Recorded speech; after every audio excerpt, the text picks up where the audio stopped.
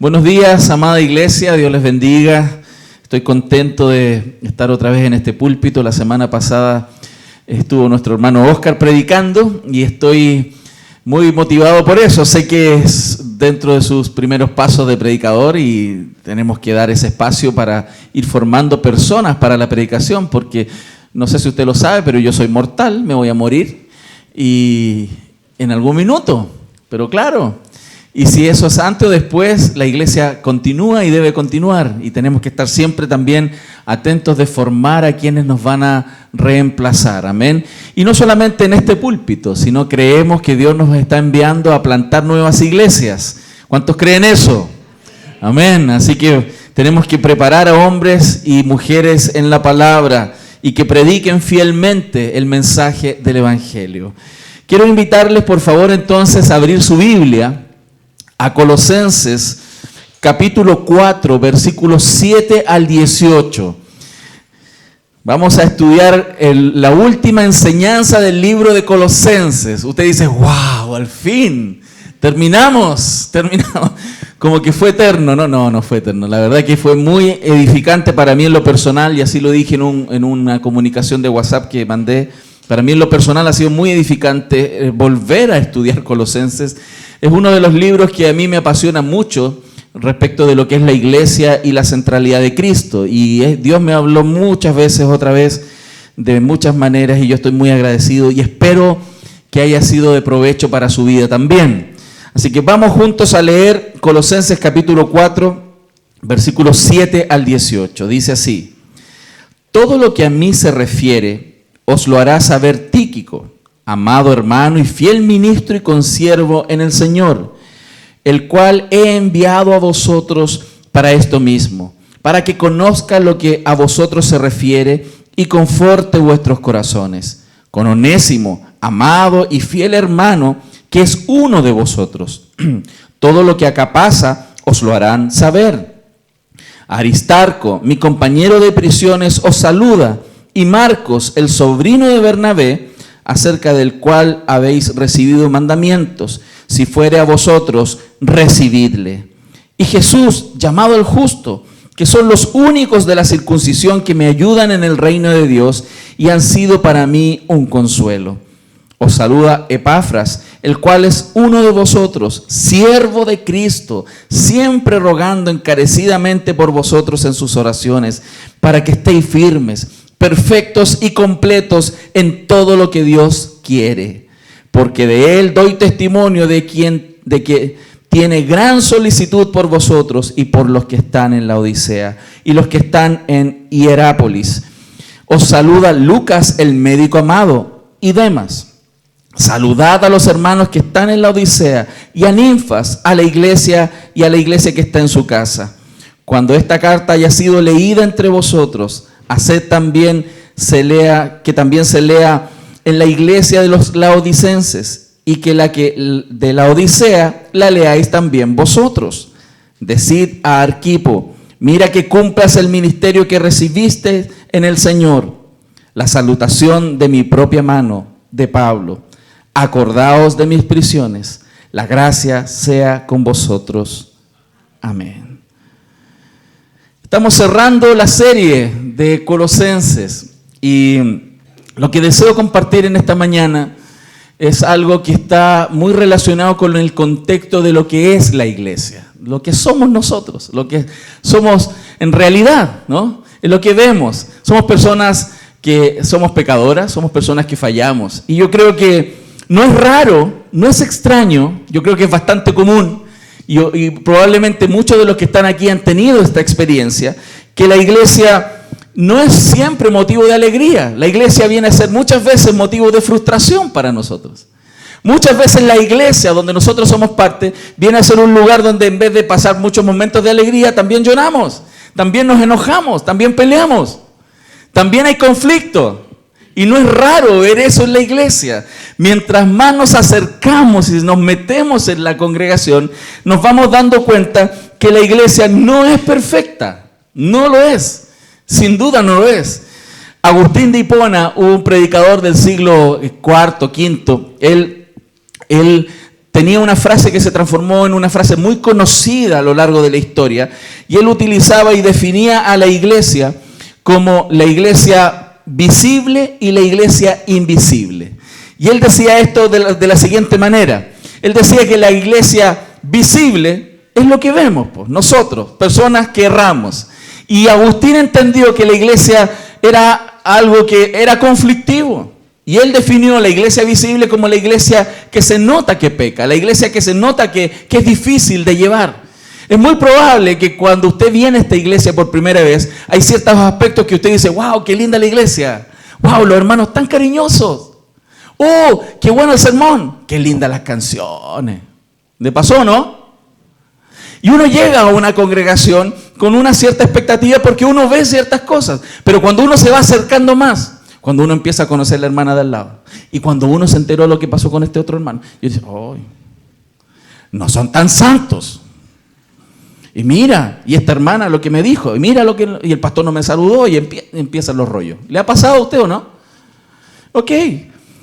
Porque eso es la iglesia visible. Pero Agustín también hablaba de la iglesia invisible. ¿Y qué expresaba Agustín con la iglesia invisible?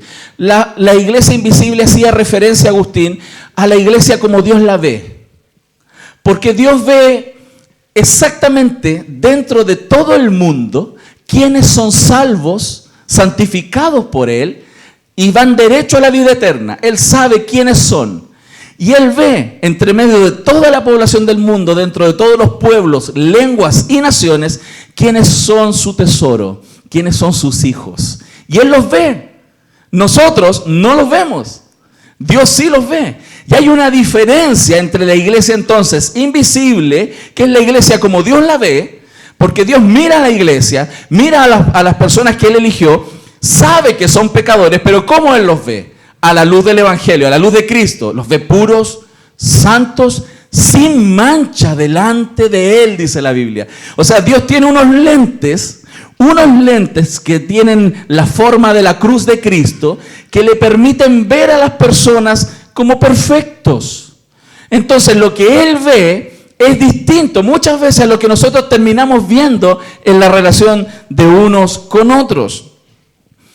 Miren, si usted recuerda lo que la Biblia nos enseña en el Antiguo Testamento, cuando Moisés llevaba al pueblo de Israel, Dios hizo milagros, abrió el mar rojo, Él golpeó una peña, salió agua, venían las aves y les traían comida, era una cosa de milagros y Dios proveyéndoles, no se le envejecía la ropa. Imagínense, hermanas, que su ropa no tuviera nada de vejez, todo impecable, y ellos caminaron 40 años por el desierto y Moisés los veía y lo único que hacía ese pueblo era alegar.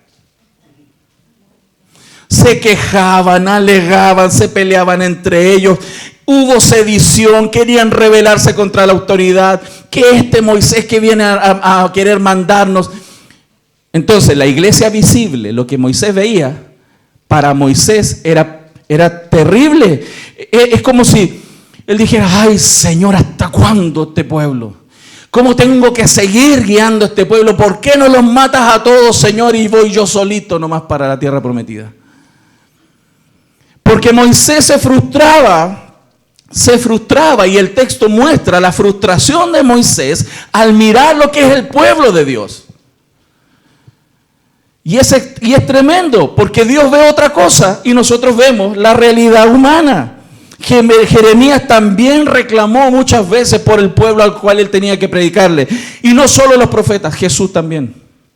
El Señor en Mateo 23, 37 decía, Jerusalén, Jerusalén, no estoy hablando de ninguna niñita en particular. Jerusalén, Jerusalén, que matas a los profetas y apedreas a los que te son enviados. ¿Cuántas veces quise juntar a tus hijos como la gallina junta sus polluelos debajo de las alas y no quisiste? Es como que Jesús decía, no puede ser. No puede ser que el pueblo de Dios sea así. ¿Cómo es posible? La Escritura nos muestra que la iglesia de Gálatas, la iglesia de Corintios, y así cada carta en el Nuevo Testamento está escrita para una iglesia visible que necesitaba ser transformada, y necesitaba ser impactada. Y al final, en esta carta de los Colosenses, y a usted le va a parecer quizás extraño, ¿qué nos puede enseñar lo que acabamos de leer de Colosenses? Toda esta introducción que les estoy dando es para mostrarles que Pablo se da el trabajo en la carta de describir a 10 personas. Él describió a 10 personas que nos van a enseñar muchos aspectos de lo que es la iglesia. Una iglesia imperfecta, una iglesia que es complicada. La iglesia es difícil porque nosotros somos difíciles. ¿Cuántos dicen amén? Amén. No mire para el lado, mírese usted. Sí. La carta, hermanos, fíjense, toda la carta de Colosenses está hablando de la preeminencia de Cristo, está hablando sobre que Cristo es el Señor y cómo la iglesia debe someterse y ser guiada por Cristo. Pero al final Pablo viene y describe cómo esta verdad del Evangelio progresivamente se va manifestando en la vida de personas imperfectas. Porque la iglesia hoy día, si nos miramos, no somos perfectos, pero vamos en camino de perfección. Y Dios ve el camino y la pega terminada, mas nosotros no vemos eso hoy día. Pero tenemos que comprender que la iglesia es así.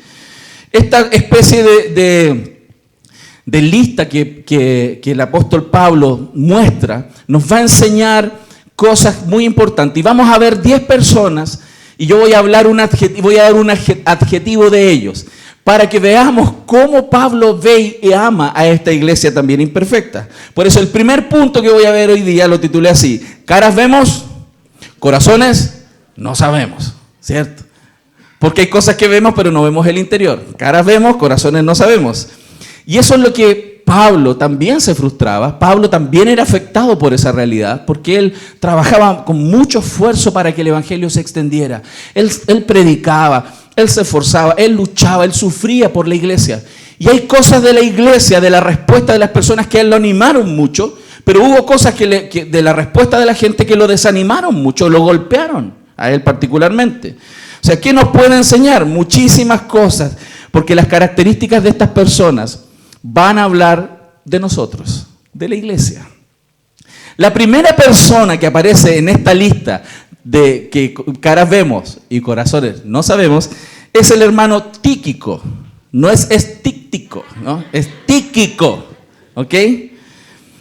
Y lo vamos a llamar el socio, el colaborador portador, el que lleva la información.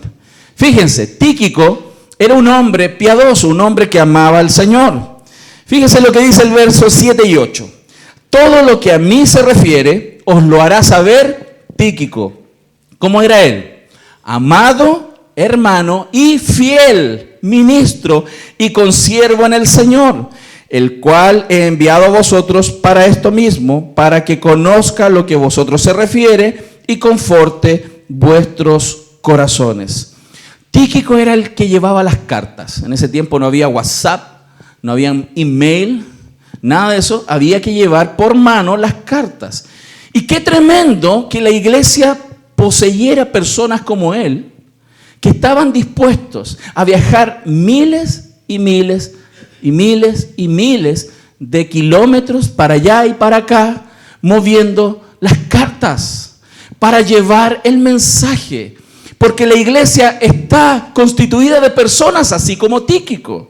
Un hombre que además de llevar las cartas, fíjense, en ese tiempo no era solo un cartero, El cartero hoy día agarra la correspondencia, la recibe de una parte y la entrega en otra. En ese tiempo, él no solamente era un transportador de la información, sino que era un comunicador de las circunstancias. Él tenía la autoridad como ministro del Señor, como hijo de Dios, es que si ellos leían la carta, Tíquico explicaba. Sí, lo que pasa, ¿qué es lo que quiso decir Pablo aquí? Y Tíquico explicaba. Y él les hacía saber todo lo que tenía que ver con Pablo. Él les explicaba las circunstancias en las cuales estaba Pablo. Reinterpretaba o interpretaba el texto que Pablo escribía. Tíquico estaba comunicando no solamente la información de mano en mano, sino que él estaba explicando las circunstancias de la realidad, de dónde y cómo y por qué esto está escrito. O sea, él era un hombre muy usado por el Señor. Tíquico es descrito en el libro de los Hechos como un compañero de Pablo, como el compañero, como el que está siempre al lado de Pablo. Y si había que llevar información, él iba, pero volvía donde Pablo. Hermanos, qué precioso es que la iglesia tenga personas así como Tíquico, que son personas que están siempre al lado de las personas que lideran, personas que ayudan, personas que colaboran, personas que están dispuestas a sacrificarse para que el mensaje se extienda. Porque Pablo era limitado, Pablo estaba preso, Pablo necesitaba que el mensaje llegara. Viajó Epafras un montón de kilómetros para llevar información y Tíquico fue y llevó respuestas a las iglesias. Qué tremendo que la iglesia tenga personas así. Y Pablo habla muy bien de él. Dice que él era un hermano amado, ministro fiel y cooperador de la obra del Señor. Le puso 3 títulos muy importantes, muy importantes. No escuchamos mucho de él, es la verdad. En la Biblia no se habla mucho más, porque es de ese tipo de personas que trabaja detrás de las cámaras. ¿Ah? Esa persona que no está figurando, no está en el púlpito, es la persona que está detrás, es la que colabora. Gracias a Dios por ese tipo de personas, porque la iglesia se construye con personas así. Qué interesante saber de Tíquico, ¿no? Y es tremendo. Porque la siguiente persona que la lista muestra, si usted ve ahí, ¿cómo se llama? Onésimo. Onésimo. A él le vamos a llamar el socio perdonado, el colaborador perdonado. ¿Por qué? Porque Onésimo era un esclavo que estaba en la casa de Filemón. Era el esclavo de Filemón. Pero algún condoro se mandó que salió arrancando. Se fue de la casa de Filemón. Probablemente hizo algo que era digno de juicio, de castigo, y él se fue, se arrancó. No aguantó estar ahí y se arrancó. Y probablemente en su arrancar, en algún lugar, en la zona de Colosas, en la zona de Roma, él encontró a Cristo. Y estuvo al lado del apóstol Pablo. El esclavo que se arrancó porque se mandó un condoro grave terminó en la casa de Pablo. Se convirtió al Señor, y cuando se convirtió y le predicaron el evangelio, él se arrepintió de lo que había hecho. ¿Y qué le dijo Pablo? Vaya y vuelva donde Filemón y pida perdón. Y Onésimo, hermanos, sabemos que en ese tiempo existía la esclavitud como parte de la estructura social, ¿cierto? Y él vuelve a la casa de Filemón, y miren lo que dice Pablo en el versículo 9, que envía a Onésimo. ¿Cómo era Onésimo ahora? Amado y fiel hermano, que es uno de vosotros. Todo lo que acá pasa os lo hará saber. Es importante que miremos algo aquí. En ese tiempo, ser esclavo era una casta inferior. Era un nivel socioeconómico inferior. Los que no eran esclavos miraban en menos. Y estaba este clasismo cultural. Pero cuando Onésimo se convierte, él viene a ser hermano en Cristo, y todas las estructuras socioculturales en Cristo se acaban. Porque el que tiene mucho y el que tiene poco son iguales. El que sabe mucho y el que sabe poco son iguales. Ya no hay hombre ni mujer, ni esclavo ni libre, ni griego, ni nada, ninguna diferencia, hermano. Qué tremendo, porque a pesar del error grave que probablemente cometió Onésimo, Pablo le dice, anda, y le dice a la iglesia, recíbanlo como uno de vosotros. Porque la iglesia es eso. Todos los que estamos aquí tenemos historias pasadas de las cuales nos tenemos que arrepentir. ¿Cierto? Todos hemos cometido cosas de las cuales ni siquiera nos atreveríamos a contar hoy día. Todos quizás hemos hecho cosas que nos avergüenzan. Mas en Cristo Él nos perdona y nos hace a todos pecadores perdonados, hermanos. ¿Cuántos pecadores perdonados hay en esta mañana aquí? Que eso es lo tremendo de lo que es la iglesia. El saber de Onésimo, entender quién era Onésimo, y que como el apóstol Pablo lo pone ahí, nos está enseñando muchísimo. Onésimo nos está enseñando, esta historia de Onésimo y Filemón nos está enseñando de que se acaban las diferencias, que somos personas iguales delante del Señor, con los mismos derechos y las mismas responsabilidades delante del Señor, a pesar de la historia pasada nuestra. Si tú eras un ladrón, si tú robaste, si tú abortaste, si tú has mentido, si tú has sido adúltero, si tú has hecho tantas cosas, cuando venimos a Cristo, somos todos hermanos, miembros los unos de los otros. ¡Qué tremendo! Porque eso es la iglesia. La iglesia no es un lugar de santos perfectos. La iglesia es un lugar de personas que pecamos y que Dios nos ama y nos debemos recibir los unos a nosotros en esa condición. Personas que pecamos. ¿Lo estamos viendo? Eso es la iglesia. Por eso les decía, a veces la iglesia invisible con la iglesia visible es como que chocan. Nos cuesta entender, y hay personas que tienen una imagen de la iglesia y dicen, no, es que ahí son todos perfectos, y llegan aquí y se dan cuenta que no. Otros que ya conocen la iglesia se dan cuenta clarito que la iglesia es imperfecta. La iglesia está llena de personas como Onésimo. Llena de personas como Onésimo, pero que tienen la oportunidad de arrepentirse y caminar por los caminos del Señor. Cristo hizo eso con Pedro. ¿Saben ustedes? Cristo fue misericordioso. Fíjense, Pedro seguía a Cristo. Pedro seguía al Señor Jesucristo. Y a pesar de que Pedro lo negó 3 veces, después de la resurrección, él le pregunta, Pedro, ¿me amas? Y Pedro le dice, sí, Señor. Ah, sí, pero me negaste 3 veces. No, Jesús no hizo eso. Jesús no hizo eso. Porque Jesús sabe quiénes somos. Él nos conoce. Mas Él nos ama. Porque eso es su iglesia. Personas pecadoras que están siendo transformadas por el Evangelio.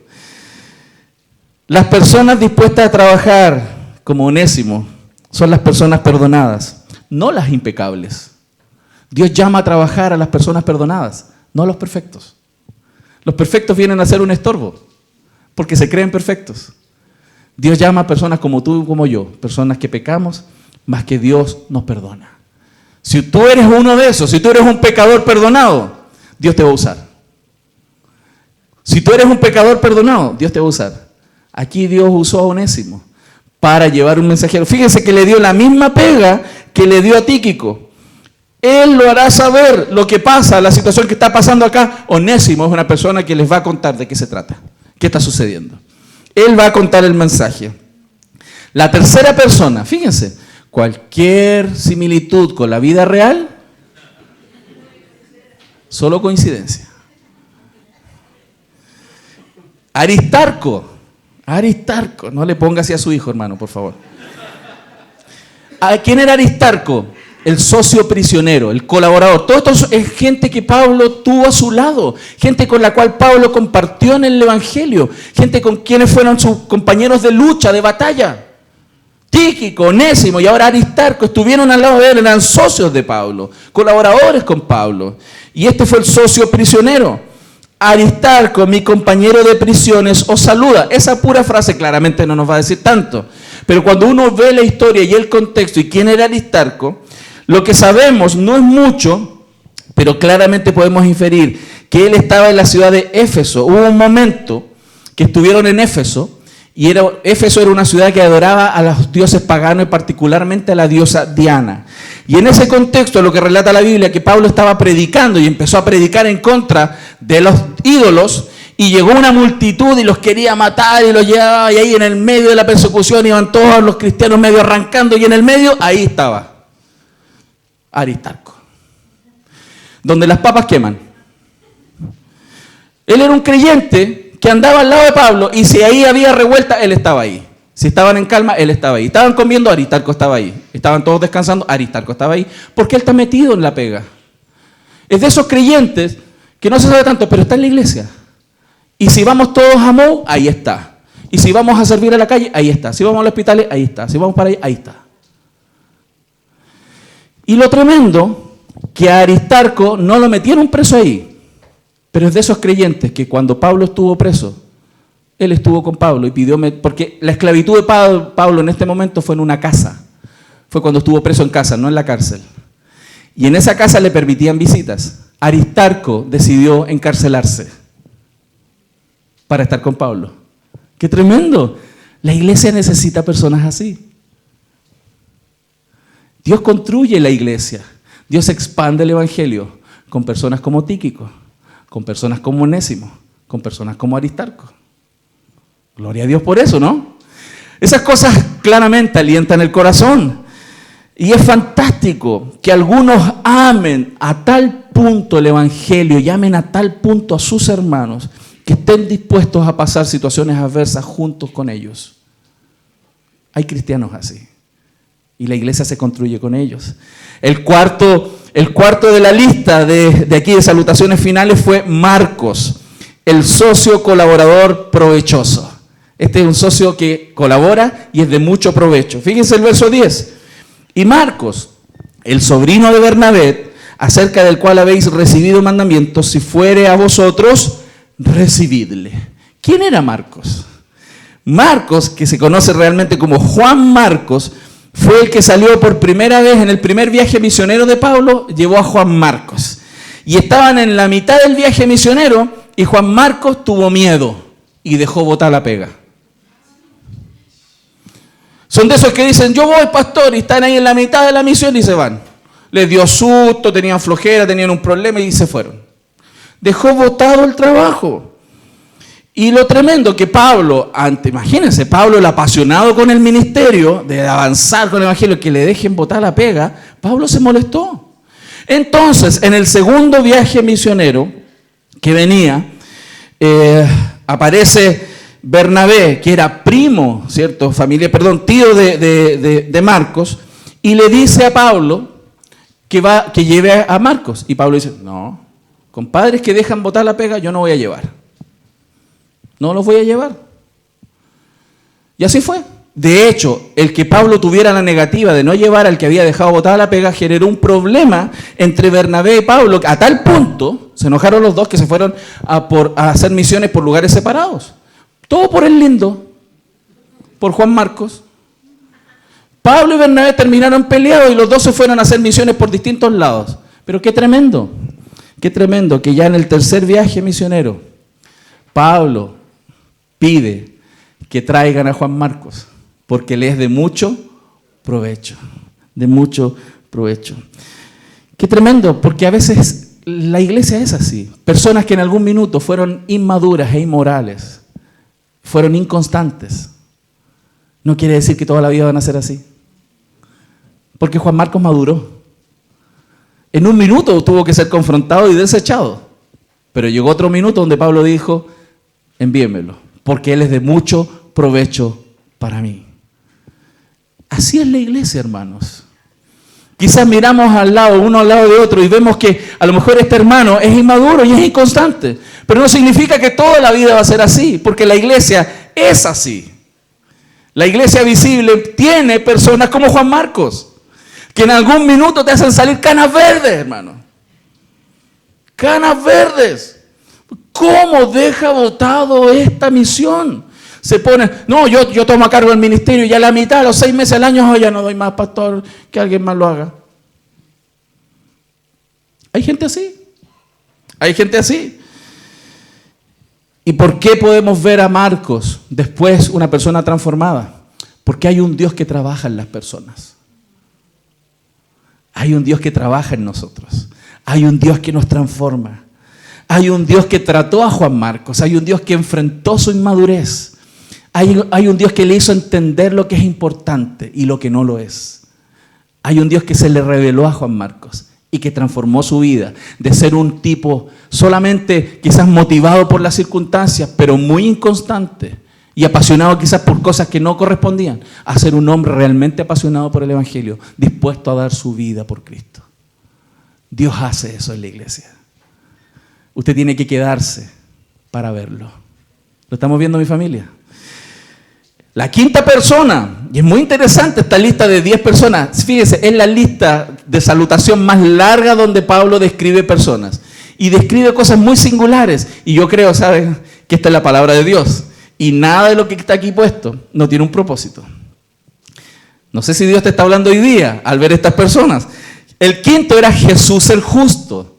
Jesús el justo era el socio presente, el que está ahí. Y Jesús llamado el justo, que son los únicos de la circuncisión que me ayudan en el reino de Dios y han sido para mí un consuelo.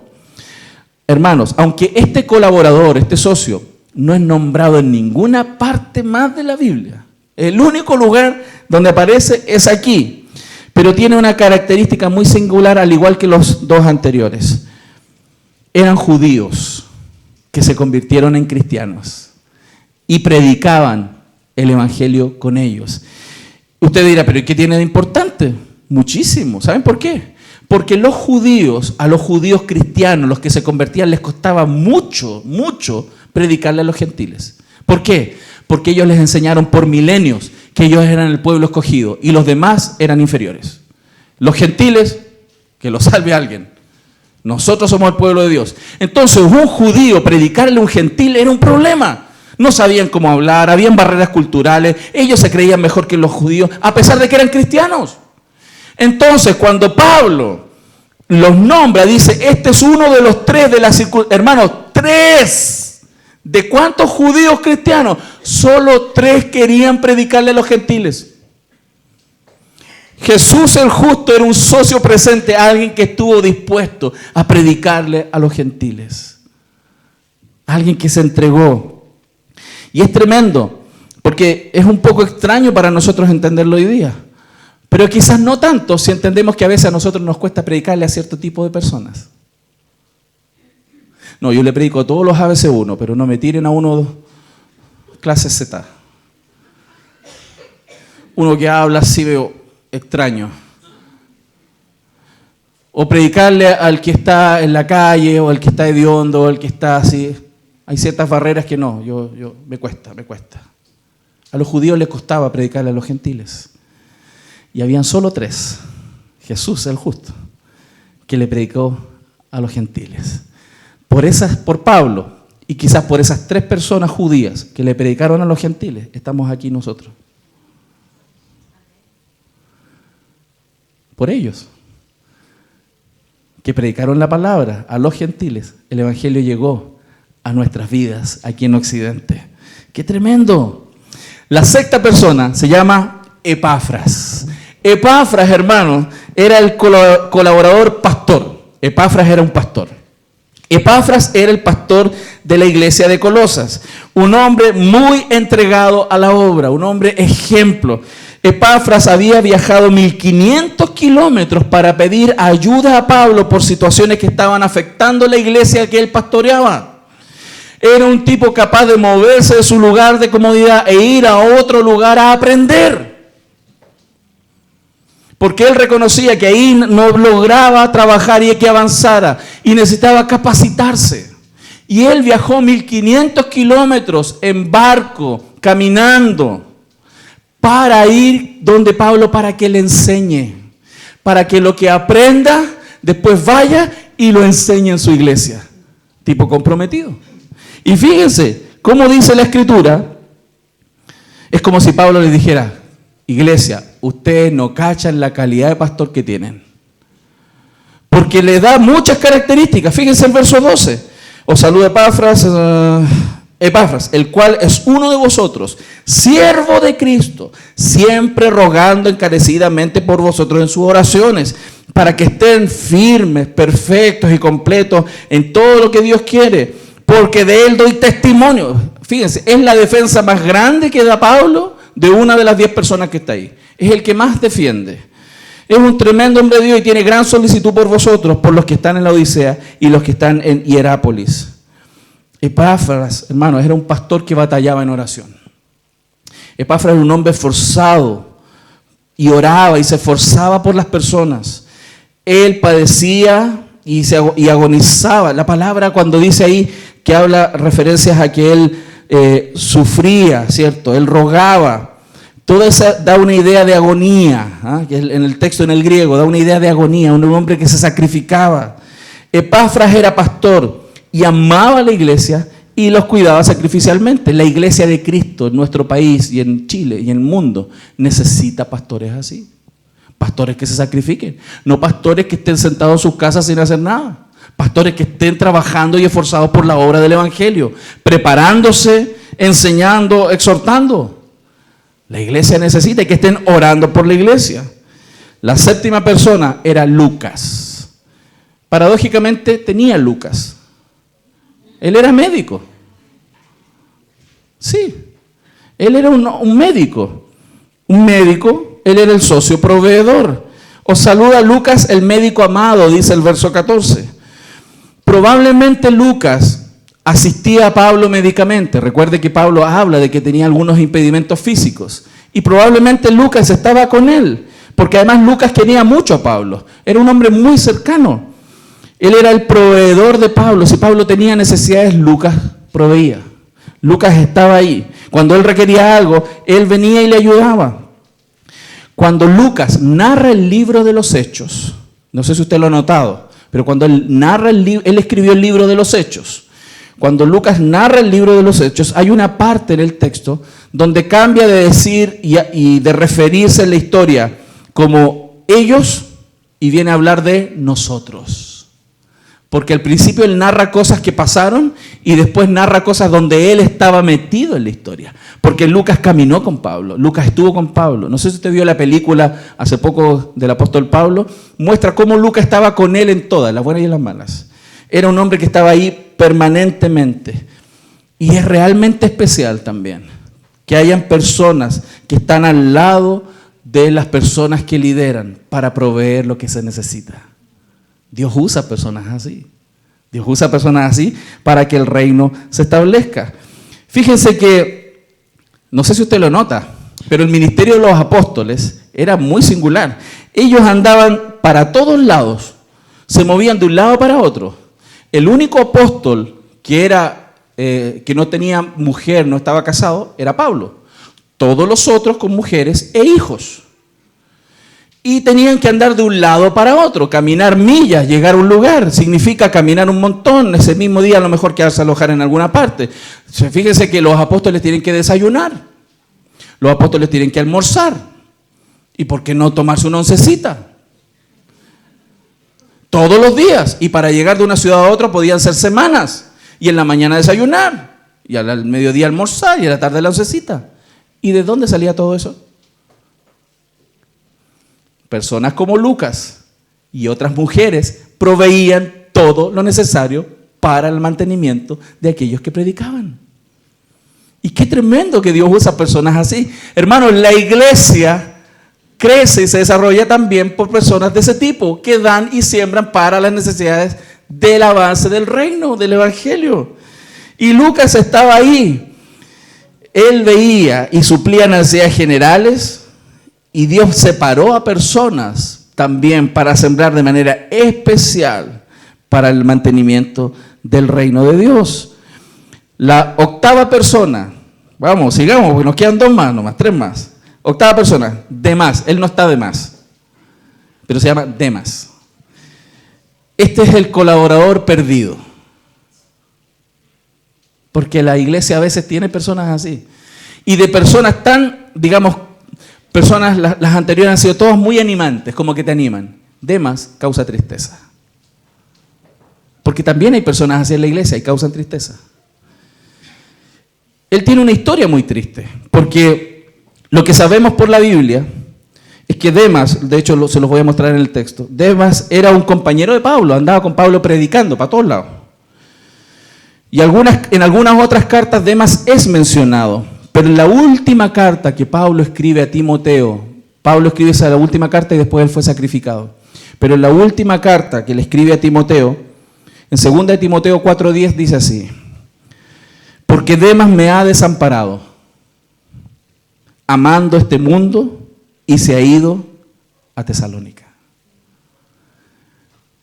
Él dejó el evangelio, se apartó de ser cristiano y se perdió. Él estuvo predicando, estuvo en la iglesia. Si lo aplicamos hoy día, cantó corito, venía al culto, sabía de Cristo, pero al final se fue al infierno, porque nunca fue salvo. Se perdió, amó más el mundo. Y eso es triste. Pero la iglesia tiene personas así. En medio nuestro pueden haber personas así, que creen ser creyentes, estaban en la iglesia, asistían a la iglesia, pero al final amaron más el mundo y se perdieron para siempre. Hermanos, la iglesia es así. La iglesia tiene cosas que nos alegran, pero tienen cosas que nos entristecen. Y no hay nada más golpeador para alguien que lidera las iglesias, que cuida las iglesias, que personas se pierdan. Es triste, pero es así. Y probablemente vas a conocer personas que se sientan, que vienen a los cultos, se ríen, echan talla, pero aman más el mundo y se van a ir al infierno por la eternidad. Pero uno los tiene en medio, están aquí y uno los ama. Pero es triste que se van a perder. Demas fue uno de esos. Pablo terminó diciendo, amó más a este mundo que a Cristo. El apóstol Juan también advirtió al respecto, fíjense. El apóstol Pablo también advirtió. Dice en 1 de Juan 2:15, no améis al mundo ni las cosas que están en el mundo. Si alguno ama al mundo, el amor del Padre no está en él. Y la iglesia tiene personas así dentro de las iglesias, que vienen y que pueden estar entre medio de nosotros, y como dice el texto, y estaban con nosotros y no eran de nosotros. No lo sabemos. Los frutos en el tiempo van a demostrar quiénes son creyentes realmente y quiénes no lo son. Y la Biblia, fíjense, es así de honesta en decirlo. La Biblia es honesta en decirlo. Que hay personas que son hijos de Dios y dan fruto. Hay personas que son como Tíquico, como Onésimo, como Jesús el justo, como Aristarco, que te causan tremendas alegrías. Pero hay personas que te van a causar mucha tristeza, porque se van a perder al final. La otra persona que está en la lista, hermanos, es Ninfas. Esta es una mujer, una hermana en Cristo, colaboradora con gran compromiso le puse. Es una tremenda colaboradora. Fíjense que dice el verso 15, saluda a los hermanos que están en la Odisea, y a Ninfas, y a la iglesia que está en su casa. ¡Qué tremendo! El que Pablo la nombre a ella, a Ninfas, y no nombre a su esposo, probablemente apunta a que era una mujer viuda, porque si no en el texto la nombraría junto con su esposo, porque culturalmente eso se expresa muy claro en la Biblia. Y Ninfas probablemente era una viuda que tenía su casa. ¿Y por qué es interesante? Porque ella es una socioculturalmente, que ella sea propietaria, que ella disponga de sus bienes, no era algo muy común en el tiempo, ese tiempo. Hoy día la mujer tiene más condiciones, hay mujeres que tienen sus bienes, sus proyectos, sus empresas. En ese tiempo todo requería culturalmente mucho más fuerte en los hombres. Entonces que una mujer agarre sus bienes y diga, ok, ahora mi casa, vengan, ahora en mi casa vamos a hacer una iglesia. Y fíjense que aquí la Biblia dice, saluda a la iglesia que está en la casa de Ninfas. Es aquella que determinó, ok, ya estoy sola, estoy libre, dijo, estoy libre. Estoy sola y ahora voy a disponer mi casa para que aquí nazca una iglesia. Ella dispuso sus bienes, ella dispuso todo lo que tenía.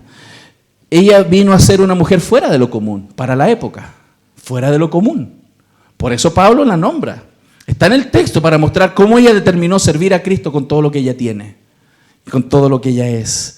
Es hermoso que haya personas en las iglesias que están dispuestas a dar de esa manera y repartir su vida, dar su vida, abrir su hogar para que la iglesia crezca. La iglesia necesita personas así. ¿Saben dónde yo conozco dos personas así? Jorge y Marisol. Ustedes están sentados en el lugar, en los bienes de Jorge y Marisol, de su familia. Ellos abrieron este lugar para que usted y yo estemos aquí hoy día. ¿Se fija? Y es precioso que así sea, porque Dios usa personas así. Dios usa personas que abren su corazón y entregan sus bienes para que la iglesia crezca, para la gloria de Dios. Y la 10ª persona, y terminamos la lista, Arquipo. Le puse así, colaborador postrado, el que andaba así. El fatiga.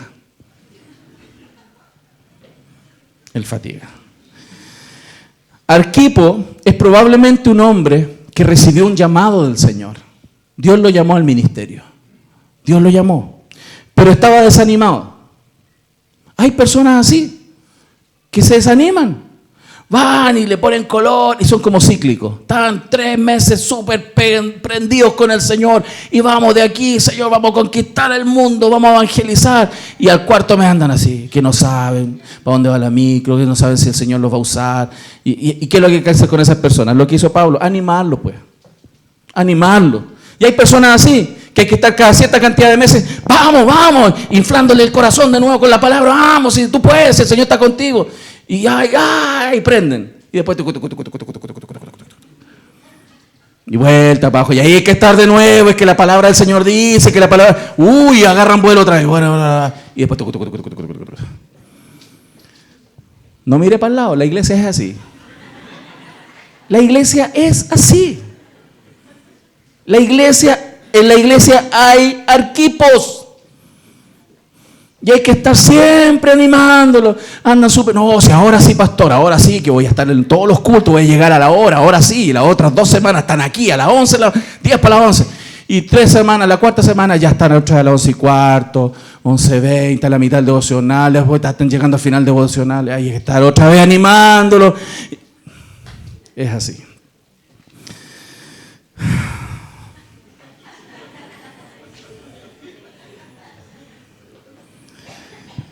El verso 17 dice, decid a Arquipo, mira el mensaje, díganle a Arquipo, a ese que está desanimado, díganle, mira que cumples el ministerio que recibiste en el Señor, y se acabó. No hay más. O sea, o lo haces o lo haces. Ese es el ministerio y tienes que cumplirlo. Si no, te van a hacer cumplirlo. El Señor. Hay personas que hay que hablarle a veces fuerte, hay personas que hay que animarlas, porque así es la iglesia. Caras vemos, corazones no sabemos. ¿Se dan cuenta? La iglesia es así y Dios la ama así como es. Y nosotros debemos aprender a amar la iglesia así como es. Así como es. Porque Dios está embarcado en un proceso. Y el segundo punto que quiero tratar, ya que hemos visto estas 10 personas, es que también Él da algunas instrucciones generales. Que yo las resumí así. Si no ayuda a ordenar, no ayuda a desordenar. O sea, nosotros tenemos que comprender. Dios ama a la iglesia así como es. Pero debemos ser conscientes que cada uno de nosotros colabora o pone más carga. Todos nosotros. Porque somos un cuerpo. Somos un cuerpo. Y yo estoy sumando o le estoy restando. Y eso no significa que Dios no nos ame. Y no significa incluso que no debiéramos amarnos a pesar de que sumemos o restemos. Mas cada uno debe comprender que tiene una tremenda responsabilidad delante del Señor para sumar o restar. Para hacer un beneficio al cuerpo o ponerle más kilos. Los que tenemos kilos sabemos lo que los kilos suman. ¿Cuesta más moverse? ¿Sí o no, hermanos? ¿Cuesta más moverse con kilos? Sí. La iglesia se retarda, la iglesia se frena en su dinámica evangelística, en su dinámica de crecimiento, cuando le estamos poniendo más carga. Y nosotros tenemos que aprender a sumar. Por eso Pablo da en particular, 2 temas muy generales. Dice, reciban a Marcos, aquel que había abandonado la misión, el que dejó el trabajo, pero que ahora ha mudado en su corazón y dio fruto de compromiso. O sea, Pablo da ideas generales sobre la iglesia, hermanos. Este restó por mucho tiempo. Marcos restó. Era de los tipos que no sumaron. Marcos no servía en ese tiempo. Pero hoy día suma. Métanlo. Porque Él va a sumar. Recíbanlo. Recíbanlo. Como el Señor nos recibe a nosotros. Porque Él suma. La segunda orientación general que Él da es que dice, hagan un trueque con las cartas de Colosas y la Odisea. ¿Por qué? ¿Por qué había que intercambiar las cartas? Porque probablemente tenían el mismo tipo de complicaciones todas esas iglesias. Estaban afectando su crecimiento espiritual. Y les dice, repartan las cartas. ¿Por qué? Porque Pablo además está promoviendo la comunión entre las iglesias. A veces las iglesias estamos muy aisladas. Y la interrelación con otras iglesias, entender que Dios tiene dones y talentos en otras partes del cuerpo de Cristo, nos beneficia a todos. Y eso es una mirada general, que aprendamos a mirar que la ayuda que nosotros necesitamos muchas veces va a venir de la relación con nuestros hermanos, a nivel interior de la iglesia, pero también exterior. Hermano, ¿de dónde yo aprendo lo que les enseño? De muchos otros que me enseñan, que aprendo, estudio, voy a instituto, aprendo, veo predicaciones, leo las escrituras, me preparo porque hay otros que llevan años y más aprendizaje que yo. Y si yo no me relaciono con otras personas, si me encierro en mi iglesia y solamente yo lo que Dios me revela a mí nomás para ustedes, ustedes no crecerían en todo el conocimiento de Dios, porque Dios usa a otros para edificarnos. Dios va a hacer eso con su vida, hermano, también. Entonces, fíjense que el verso 18 dice, la salutación de mi propia mano, de Pablo, acordaos de mis prisiones, la gracia sea con vosotros, amén. ¿Quién nos muestra algo aquí, para terminar casi? Algo precioso, que Pablo era un tremendo guerrero, un tremendo hombre que iba adelante, fuerte, avanzaba. Impresionante el ver cómo era el apóstol Pablo. Pero también se cansaba, también sufría. Y él lo dice, acuérdense de mí también, porque yo estoy preso. Acuérdense de mí. Porque todos los que estamos dentro de una iglesia podemos ayudar a otros a fortalecerse, pero muchas veces vamos a necesitar que otros nos fortalezcan. Por eso no podemos estar lejos de su iglesia. Amén. Por eso es incomprensible aquellas personas que no se congregan o que lo hacen así esporádicamente, porque creen que pueden vivir solos, sin el cuerpo. Dios nos llama a vivir integrados. Y para terminar, y terminando esta carta preciosa, no sé si le ha gustado a usted Colosenses, a mí me ha encantado, ¿no? Es lo que vemos hoy día. Tenemos desafíos, hoy día vemos. Usted mira para el lado ahora, autorizado, mire para el lado. Es lo que hay. Es lo que hay.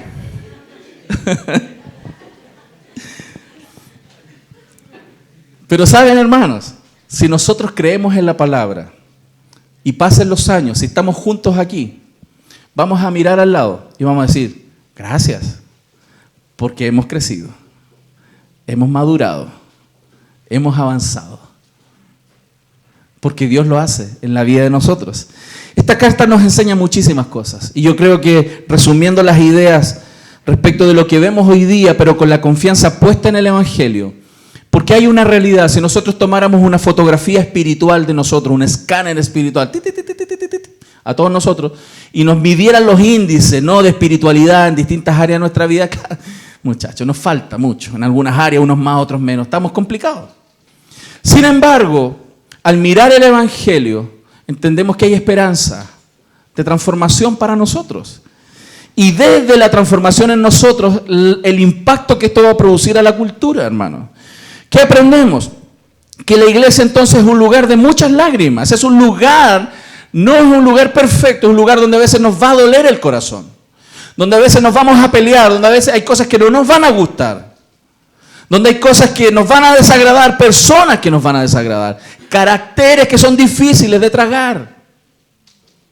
Eso es la iglesia. Y eso lo muestra la Biblia. No lo esconde. La Biblia no esconde eso. La Biblia es honesta, como también debemos serlo nosotros. La Biblia es compleja, como nosotros. ¿Cierto? Lo muestra ahí, lo muestra esos relatos.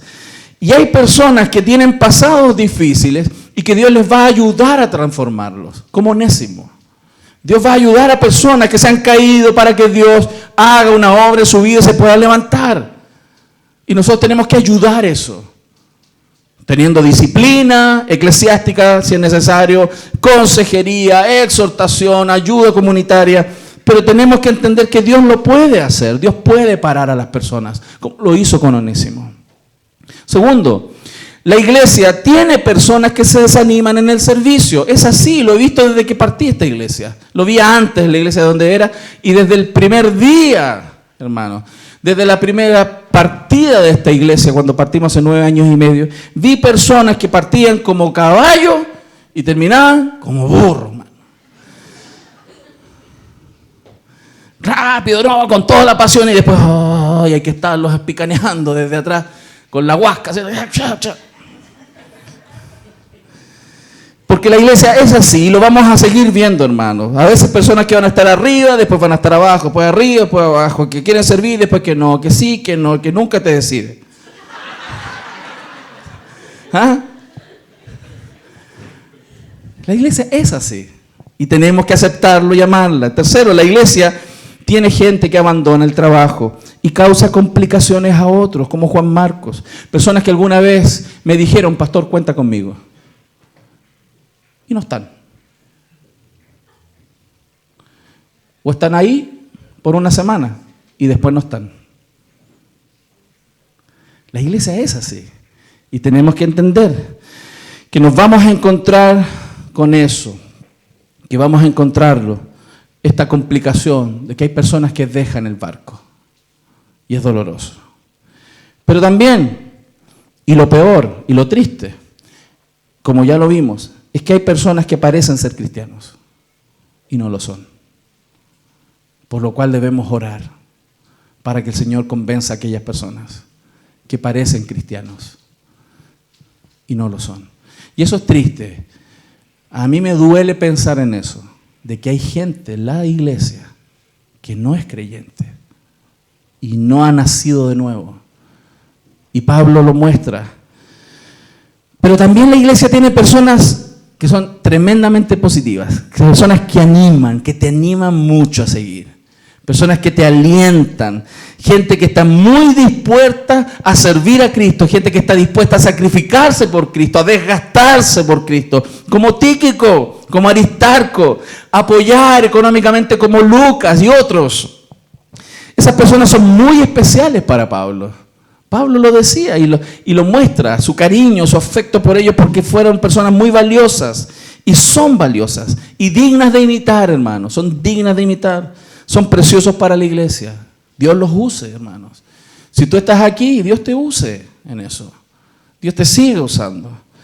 La iglesia es algo realmente muy sorprendente, hermanos, porque Dios construye la iglesia. Él pone colaboradores de personas imperfectas. Es como si fuera esto, es como si Dios tomara piedras distintas, de distintos colores, y esté tratando de formar un mosaico. Y cada una de las piedras, si tú tomaras 3, 4, 5, 7 piedras y raras, distintas formas, cortadas de distintas maneras, y tú tratas de ponerlo, cuando tú vas viendo, cuando yo voy viendo que hay una piedra de esta forma y Dios las empieza a juntar, y yo digo, ¿qué está haciendo Dios? Yo a veces observo cómo trae distintas personas y observo el tipo de piedrecitas que hay en la iglesia, las está juntando. Y ¿qué está haciendo Dios? ¿Cómo lo va a hacer? Veo a uno y tiene este carácter, veo esto, el mío, mi carácter. ¿Cómo nos va a juntar si somos tan distintos? ¿Cómo lo va a hacer? Pero pasa el tiempo y Dios empieza a trabajar en una roquita y le empieza a pulir una cara por acá. Y hasta la pule por acá y la junta. Y después pule esta por acá y pule la otra por acá y la junta. Y después cuando uno va viendo una con otra y se va alejando, y va viendo el collage. La iglesia es el collage del Señor. Todos tan distintos. Distintos colores, distintas formas, distintos tamaños. Unos más grandes, otros más chicos, unos más anchos, otros más delgados. Y Dios nos junta. Lo maravilloso de la iglesia, hermanos, es que Dios está juntando personas diferentes. Dios está buscando la unidad, no la uniformidad. Dios no nos va a hacer a todos iguales. Y cada vez que llegue una persona nueva a esta iglesia, vamos a darnos cuenta que llegó otro diferente. Porque no va a entrar ninguno igual por esa puerta. Somos todos distintos. Dios no quiere iguales. Dios quiere unidad. Dios quiere armonía. Que por el evangelio se puede hacer. ¿Cuántos lo creen? Porque eso es la iglesia. Cristo nos ayude a eso. La belleza de la iglesia, hermanos, no es ser una colección de piedras parecidas. La belleza de la iglesia, hermanos, claramente es una armonía de piedras diferentes. Eso es la iglesia. Una armonía de piedras diferentes. Algunos más duros que otros, pero piedras diferentes, hermanos. Diferentes. ¿Qué debemos esperar entonces? ¿Qué creemos para esta iglesia? Basados en la enseñanza de hoy día. ¿Sabes lo que yo quiero creer? Lo que el Señor oró. Lo que el Señor Jesús oró antes de ir a la cruz. En Juan 17:21, Él dice así: Señor, te pido, Padre, que todos sean uno, como tú, oh Padre, en mí y yo en ti. Que también ellos sean uno en nosotros, para que el mundo crea que tú me enviaste. ¿Sabes lo que hacemos, iglesia? A pesar de que somos tan distintos como Tíquico, Onésimo, Aristarco y tan distintos. ¿Sabes lo que logramos hacer cuando estamos juntos y vivimos para la gloria del Señor? Que la gente va a creer que hay un Dios que puede hacer milagros. Porque es un milagro que estemos juntos aquí. Es un milagro que personas tan diferentes estemos juntos aquí. Con un mismo objetivo: adorar al Señor y servirle. Estar conectados con Dios, creciendo juntos y sirviéndole. ¿Cuántos lo creen? Amén. Entonces, trabajemos y confiemos que la gracia del Señor nos va a ayudar en los próximos años. Porque hacer este collage no es de un día. Si usted le pregunta a Dios, ¿cuándo va a estar listo? Es como cuando le preguntaban a Miguel Ángel por la Capilla Sixtina. ¿Cuándo va a estar listo Miguel Ángel? Cuando termine. Pasaban 3 meses, gastaba más plata, más recursos. Miguel Ángel, ¿cuándo vas a terminar? Cuando termine. ¿Cuándo Dios va a terminar con nosotros? Cuando termine. Dios sigue trabajando en sus vidas y en la mía. Y yo le doy gracias al Señor por eso. ¿Qué tal si le damos un fuerte aplauso a nuestro Señor? Por su palabra. Amén. Eso es la iglesia. Eso es la iglesia. Y démosle gracias a Dios por la iglesia que Dios nos ha dado. Y no me refiero al templo, sino a las personas que tenemos a nuestro lado. Unos más grandes